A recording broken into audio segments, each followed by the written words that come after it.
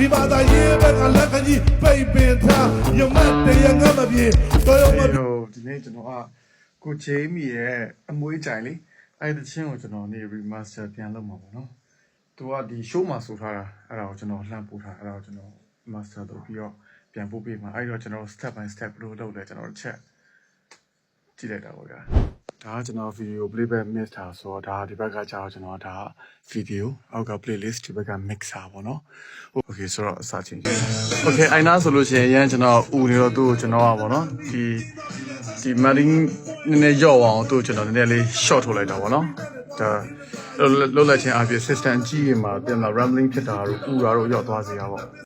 ဒါတော့ကျွန်တော် master fader မှာကျွန်တော်အများသုံးဖြစ်တဲ့ dangerous 80 plus ပေါ့နော်တော်တော်မိုက်တယ်သုံးလက်ချင်အဖြစ်ဒီ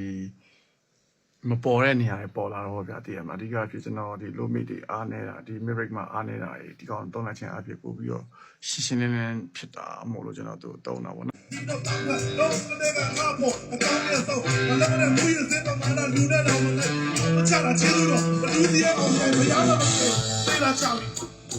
ရှက်တော့ချင်းတဲ့ဝေဒနာမီညင်တော်နေတဲ့ဆက်ရှင်တဲ့ဖယားပေါ်ရတူးတဲ့ဆိုလို့ခေါ်ကြည့်တဲ့စလုံးသားနဲ့ဝင်လာပြည်လက်နဲ့တော့တဲ့ဒေသသားကြီး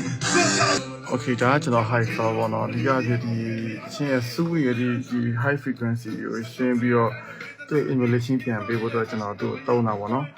ဒါသုံးလိုက်ခြင်းအပြင်အတန်းပို့ပြီးတော့ရှင်းသွားတယ်ပို့ပြီးကြည်သွားတယ်ပေါ့နော်ဒီလိုခံစားချက်မျိုးရတာပေါ့နော်ဆိုတော့ try လိုက်တာပေါ့Okay ကျတော့ကျွန်တော်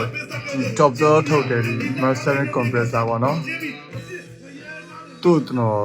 တုံးရတာသူ့ color အဲ့ဒါကိုကျွန်တော်ကြိုက်လို့တုံးတာပေါ့နော်သူ့တုံးရတာ glue ဖြစ်တယ်တုံးရတာလို့